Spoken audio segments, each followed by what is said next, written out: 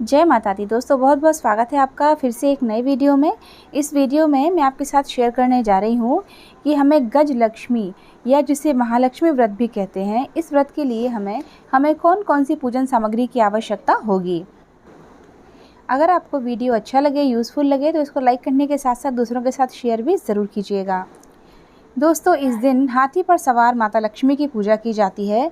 तो सबसे पहले तो हमें हाथी की मूर्ति चाहिए जिस पर महावत के साथ माता लक्ष्मी विराजमान हो। ये मूर्ति सोने, चांदी या पीतल किसी भी धातु की हो सकती है।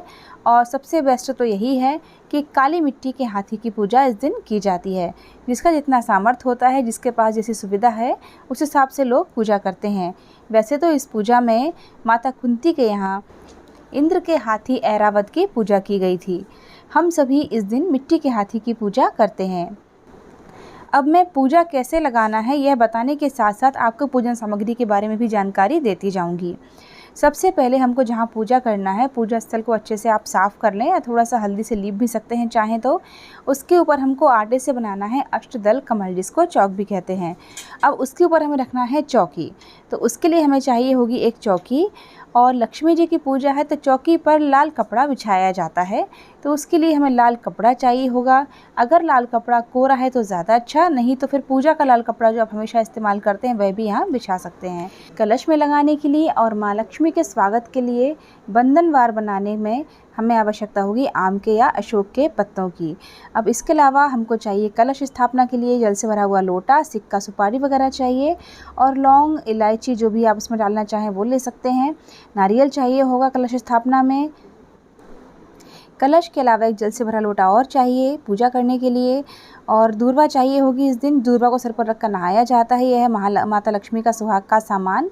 इसमें जो ये पाना है, इसमें आती हैं चूड़ी, बिंदी और छोटी छोटी चूड़ियाँ, काजल वगैरह आता है। इसमें मंगलसूत्र भी आता है, ये ले लेंगे। इसके अलावा मैं अलग से चूड़ियाँ लाई हूँ माता लक्ष्मी को चढ़ाने के लिए।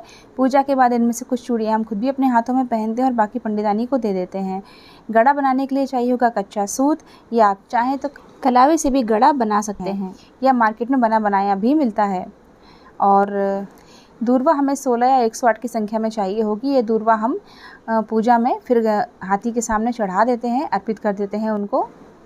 गड़ा भी आप पहले से बनाकर रख लें, क्योंकि सुबह जब स्नान करते हैं दूर्वा को सिर पर रखकर तो गड़ा दूबा के ऊपर लपेटा जाता है और फिर उसको सिर पर रखकर स्नान किया जाता है।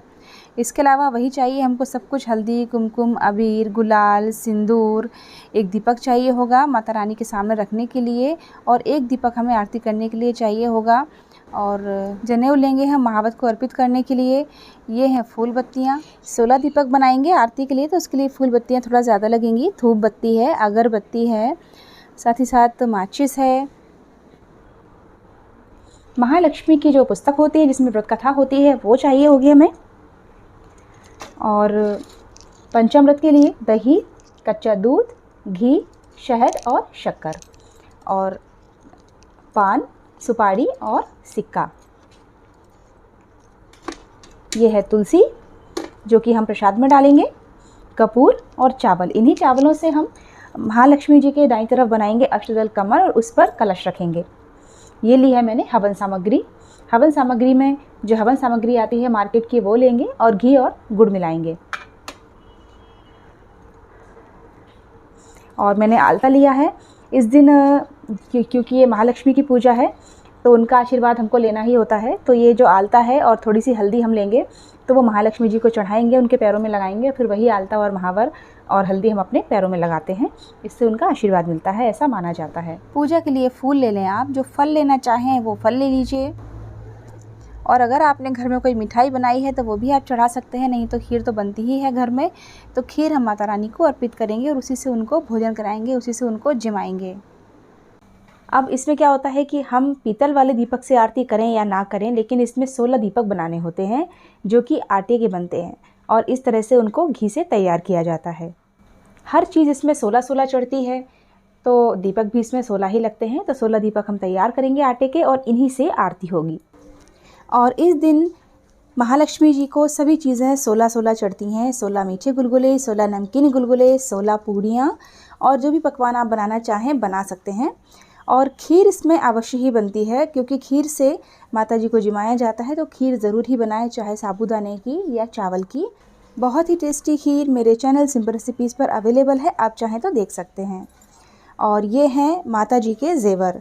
तो ये बेसन के ज़ेवर बनाए जाते हैं, हार है, ये चूड़ियाँ हैं, ये इयररिंग्स बनाए मैंने, और ये रिंग है, और ये देखिए ये टीका है, और ये कंगन है। और जो बिछिया बनाते हैं वो बनाते हैं मैदे से, तो 6 बिछिया बनाए जाते हैं। तो पूजा के बाद ये 4 सिरा दिए जाते हैं और 2 अपने पास रखे जाते हैं। और बिछिया को तला नहीं जाता है, इनको कच्चा ही रखा जाता है। तो जो भी ज़ेवर आपसे बनाते बने बना लीजिए। तो बस ये थी महालक्ष्मी व्रत के लिए पूजन सामग्री। इसके अलावा अगर आप कुछ चढ़ाते हैं तो वो देख लीजिए आप अपने हिसाब से। बाकी इतनी पूजन सामग्री में महालक्ष्मी जी की पूजा बहुत अच्छे से होती है। हाँ, बस इसमें एक चीज़ रह गई है, या तो गाय के गोबर का कंडा हवन के लिए, या फिर आम की सूखी लकड़ियाँ। और साथ ही साथ पूजा में हमें कपूर भी रखना होता है। ये थी हाथी पूजन के लिए आवश्यक सामग्री। और बस वीडियो यहीं पर एंड करने जा रही हूँ। अगर आपको वीडियो अच्छा लगा है तो प्लीज़ लाइक ज़रूर कीजिएगा, दूसरों के साथ भी शेयर करना मत भूलिएगा, और हमारे चैनल को सब्सक्राइब ज़रूर कीजिएगा नेक्स्ट वीडियोज़ के लिए। फिर मिलते हैं नेक्स्ट वीडियो में। जय माता दी।